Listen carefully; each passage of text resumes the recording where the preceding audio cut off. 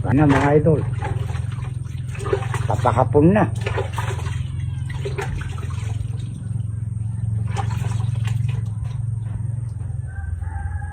Oh, lasang sabon pa. Pinabalawang ko lang dito sa timba. Nagsasabon tayo bago kumain. Nananalangin. Pero hindi ko na pinapakita. Medyo matigas yung kan. Talbos ng ampalaya ko.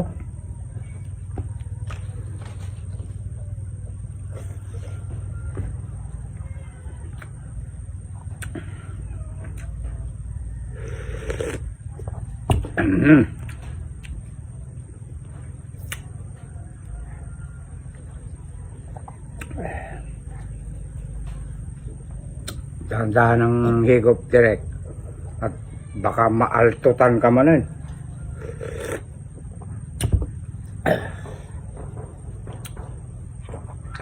Binibiyak ko ito para sumipsip yung lasa niya sa loob. Pati yung talong binibiyak ko.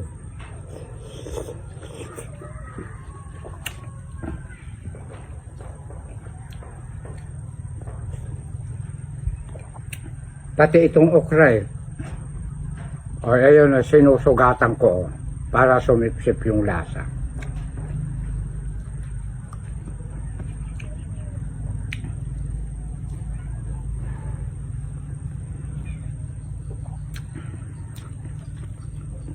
Yun namang talong, inaalis ko naman yung tangkay na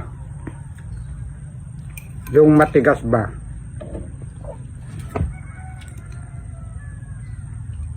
Ayan. Ito yung andi dito sa ilalim. Ayan o. Ayan o. Wala na o. Nabiyak, di ba? Ganun kami mga Ilocano. Pero may mga Ilocano na hindi puro. Baka hindi na ituro ng mga lola nila noon, sila maliliit pa.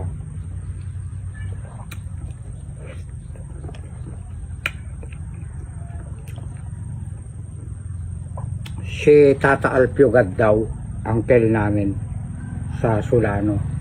Awanan, inala ni Apo Josen Suna. Naimas adin ako agpakbet. Adi ulo tinapa. Sigsigin na nga dyan. Durugin niyang ganon. Kinukuha niya yung katas.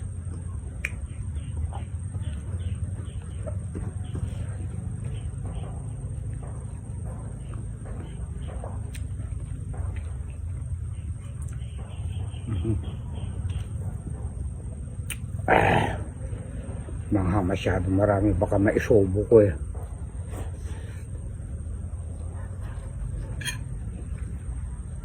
Mainit-init pa, kukutsarahin ko.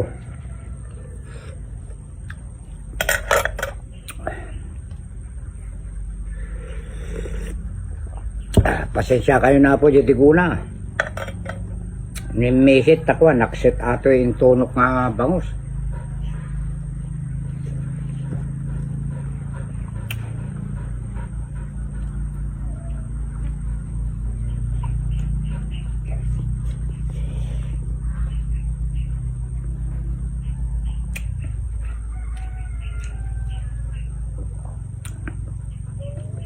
May kukwento ako pala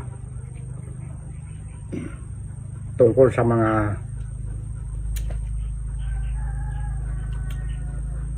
pangit ang mga chat. Kapag may mga taong nag-chat sa inyo na pangit ang mga chinachat, huwag na nating replyan.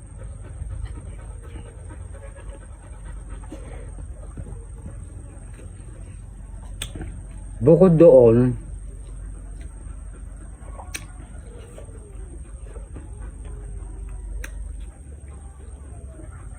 ano sasabihin ko? Huwag replyan din ng pangit. Para hindi na tayo madamay sa mga sinachat niyang pangit sa atin.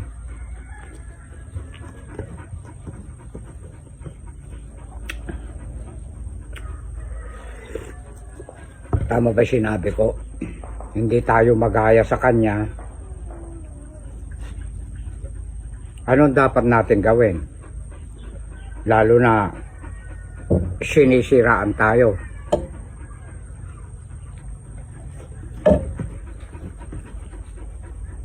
Dahil hindi nila nakamit yung kanilang gusto.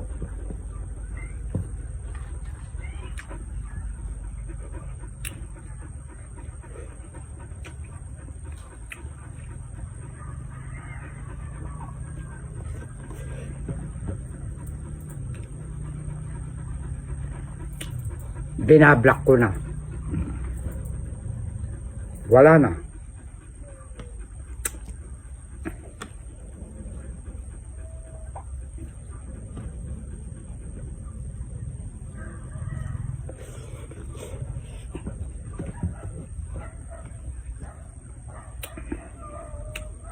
Hindi ko sana i-block dahil naging baser ko na siya. Sinisira niya tayo mga idol eh. Kaya lang, pumunta sa messenger pangit yung kanyang mga sinasabi. Blinak ko na.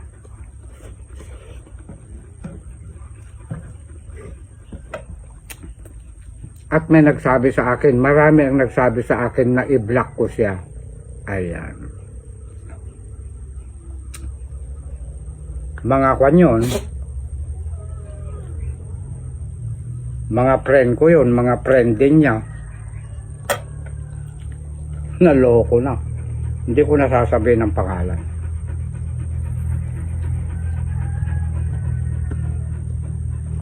Meron pa isa. Sa isang relasyon, nakikipagrelasyon ng isang tao. Lalaki man o babae. Huwag tayong magagalit. Huwag natin pakikialaman sila. Aba, meron din nakikialam. Galit na galit sa akin. Isinumbong niya sa kanyang friend. Yung friend niya naman, isinumbong naman niya sa akin.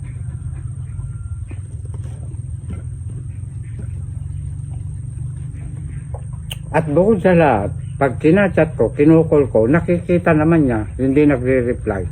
2 araw, 3 araw, hindi nagre-reply. Blinak ko na rin.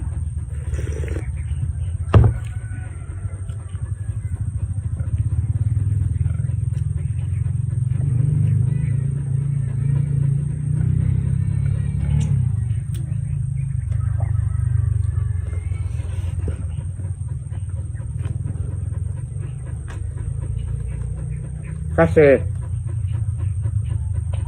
iba tayo eh. Yung iba pagka nabalitaan na ganon, galit na galit sa'yo, sinisiraan ako. Aba, i-call siya. Tapos i-chat siya. Gagantihan din niya ng masasamang salita. Para hindi ako matulad sa kanila, mapares, i-block mo na. Wala akong nabitiwan sa kanila. Wala silang nabasa. Pero dito, sa videos ko na ito, makikipanood na lang kayo sa iba. Kasi hindi nyo na ako makikita eh. Naka-block na kayo eh. Gagawa kayo ng panibago nyong profile. Dinagdagan ko yung kanin ko. Napasarap ang kwento ko eh.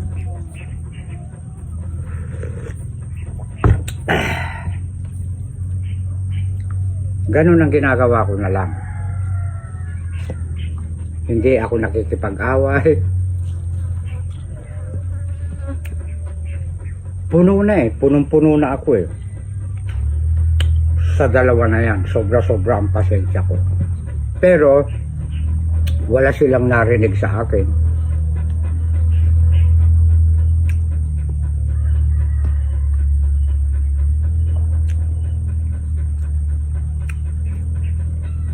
Blinak ko na lang. Blinak ko na lang. Tama na direct.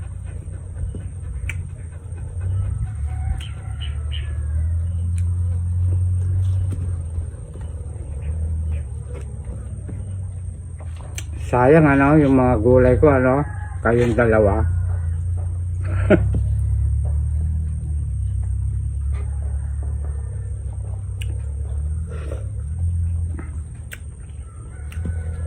Ilang taon din kayo na nanghihingi sa akin? 3 taon. Mag-4 na taon, kayong dalawa. Tandang-tanda ko. Hindi na kayo makakahingi sa akin.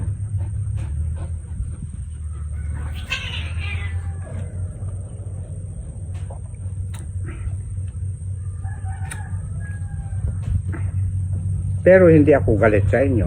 Blinak ko lang kayo.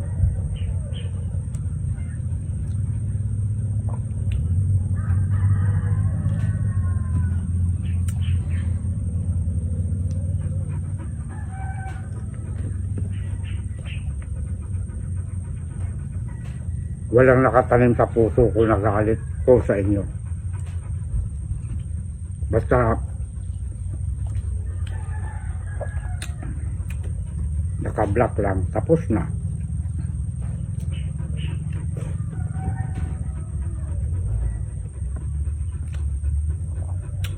Nako, mahaba ng oras.